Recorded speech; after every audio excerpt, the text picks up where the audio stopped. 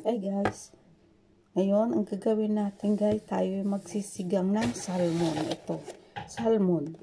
Tapos ito ang halo natin, pak choy. Ayan. Saka haluan natin ng sili. Ayan, atin gagawin ngayon. Okay?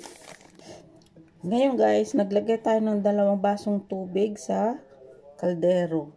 Ngayon maghihiwa tayo ng kamatis at saka kalahating sibuyas. Magpapakulo muna tayo ng tubig bago natin ilagay itong salmon. Tayo magpakulo muna ng tubig. Ngayon guys, tayo naghihiwa ng kamatis at saka sibuyas. Hindi ko na guys ipapakita ang paghihiwa kasi baka makita yung kutsilyo, masibak tayo ni Whitey. Ngayon maghiwa tayo.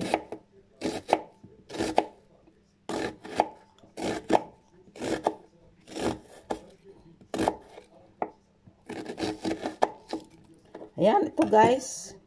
Niwang kamatis at saka sibuyas.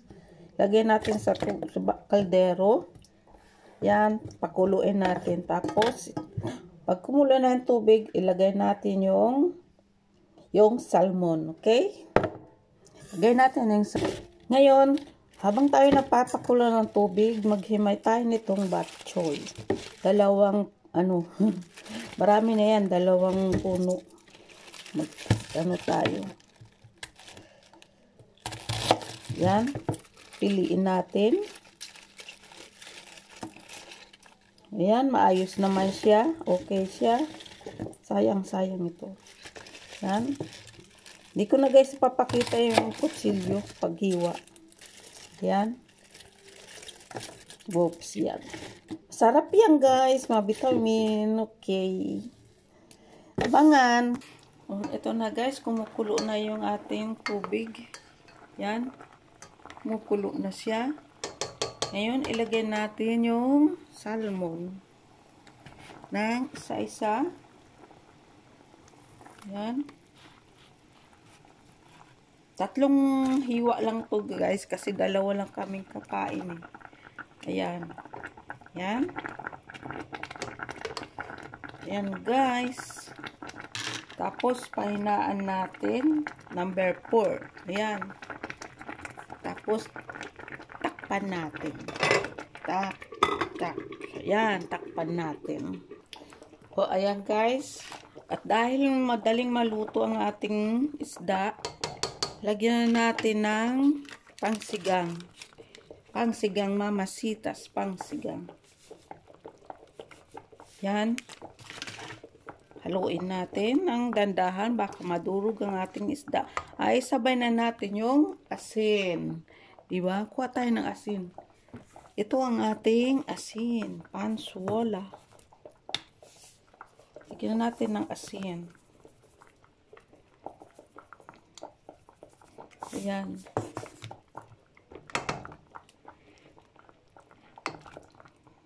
Dandahan sa paghalo. At baka ang ating isda madurog. Dandahan. Kasi madaling madurog yung salmon. Ayan. Ayan. Ngayon, tikman natin guys kung ano ba siya. Kuha tayo muna ng kutsara. Okay guys. Ayan guys, tikman natin kung malasa na.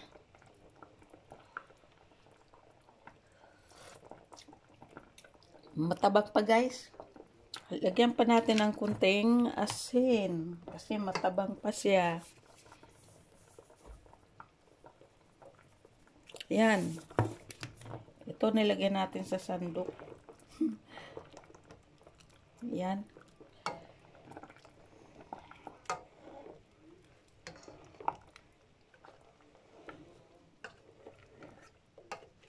Ikot-ikot lang guys. Kasi baka madurog yung isda eh. Yan. Tapos pag tama na yung lasa niya, lagyan na natin yung gulay at saka sili. Tikman natin uli.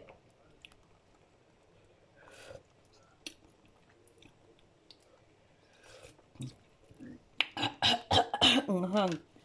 Ayan guys, tama na yung lasa. Lagyan na natin yung batsoy.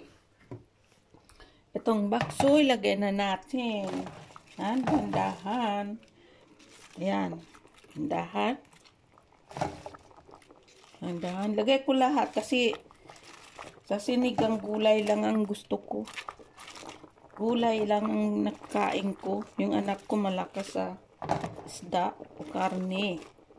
Ako namang gulay. Yan, gulay. Gulay. Yan. Ilubog natin yung isda.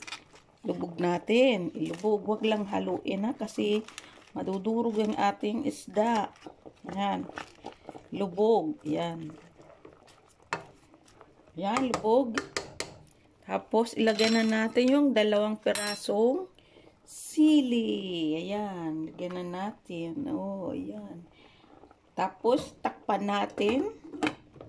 Patayin na natin. Okay? Tama na yung kanyang apoy. Ayan, guys. Okay, guys. Bye-bye. Hanggang dito na lang yung aking pagluluto. Okay. Sa susunod naman uli. At kung sino po makanood nito aking video, subscribe po, like, and share para lagi po kayong updated sa aking mga bagong video na upload or short video. Marami pong salamat sa inyo. Bye-bye.